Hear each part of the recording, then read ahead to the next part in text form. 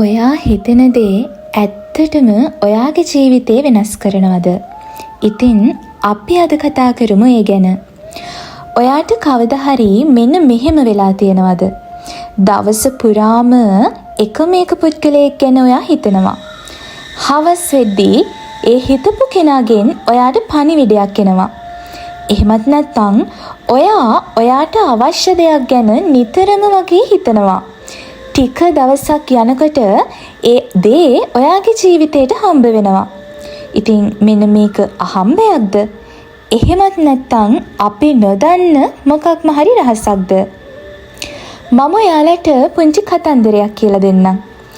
අවුරුදු ගානකට කලින් එක තරුණියක් තමන්ගේ ජීවිතය ගැන බලාපොරොත්තු හැමදේම අතහැරලා දාලා හිටියා. ඇයට සල්ලි තිබුණේ නැහැ. රැකියාවක් තිබුණේ නැහැ. හැමෝම වගේ කිව්වේ ඇය අසාර්ථක කෙනෙක් කියලා. ඒත් දවසක් ඇය තීරණය කරා වෙනස් විදිහකට හිතන්න. හැම උදෑසනකම ඇය තමන් කැමති ජීවිතේ මනසින් දකින්න පුරුදු වුණා. සාර්ථකත්වය දකින්න පුරුදු වුණා. සතුට දකින්න පුරුදු වුණා. මාස කීපයකට පස්සේ ඇගේ ජීවිතේ වෙනස් වෙන්න පටන් ගත්තා. ඉතින් දන්නවද? ප්‍රශ්නය මෙන්න මේකයි.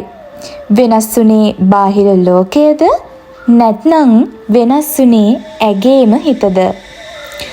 ගොඩක් අය ආකර්ෂණ නීතිය කියන්නේ විශ්වයට ඉල්ලීමක් කරන ක්‍රමයක් කියලා හිතාගෙන ඉන්නවා. ඒත් තවත් විදිහකින් බැලුවොත් ඔබේ සිතුවිලි ඔබේ අවධානය තීරණය කරනවා. ඔබේ අවධානය ඔබේ ක්‍රියාවන් තීරණය කරනවා. ඔබේ ක්‍රියාවන් ඔබේ ප්‍රතිඵල තීරණය කරනවා. එහෙනම් ජීවිතේ වෙනස් වෙන්නේ ඉන්ද්‍රජාලයකින් නෙමෙයි. ජීවිතේ වෙනස් වෙන්නේ සිතුවිලි වෙනස් වීමෙන්. ඔන්න ඉතින් අද ඉඳලා උදේම නැගිටලා කරන්න පුංචි වැඩක් තියෙනවා. උදෙන්ම නැගිටිනකොට ඔයාට අවශ්‍ය ජීවිතේ මිනිත්තු දෙකක් ඇස් දෙක වහගෙන හිතෙන් දකින්න පුරුදු වෙන්න. ඔයාට ඕන රැකියාව, ඔයාට ඕන සතුට, ඔයාට ඕන ජීවිතේ, මේ හැමදේම හිතින් දකින්න. මොකද ඔයාගේ සම්පූර්ණ අනාගතය ගොඩනැගෙන්නෙම ඔයා අද හිතන පතන දේත් එක්ක. ඉතින් ඔන්න අද ඉඳලා පටන් ගන්න මේ වීඩියෝ මාලාවෙන් අපේ සිතුවිලි, අපේ මනස, සාර්ථකත්වය, ජීවිතයේ අර්ථය, ආකර්ෂණ නීතිය කොහොමද අපි අපේ ජීවිතයට එකතු කරගන්නේ වගේ මාතෘකා ගැන ඔයාලත් එක්ක කතා කරන්න මම බලාපොරොත්තු වෙනවා.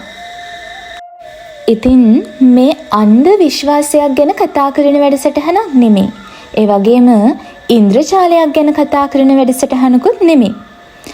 අපි හොයාගෙන යන්නේ මිනිසාගේ සිතුවිලි ජීවිතයට බලපාන්නේ කොහොමද කියන කාරණාව. ඒ වගේම මම ඔයාලත් එක්ක කතා කරනවා අපේ මනසේ හැංගුණු බලය ඇත්තටම මොන වගේ එකක්ද? අපි කොහොමද අපේ මනසේ හැංගිච්ච බලයෙන් ප්‍රයෝජන ගන්න කියන කාරණාවත් ගැන.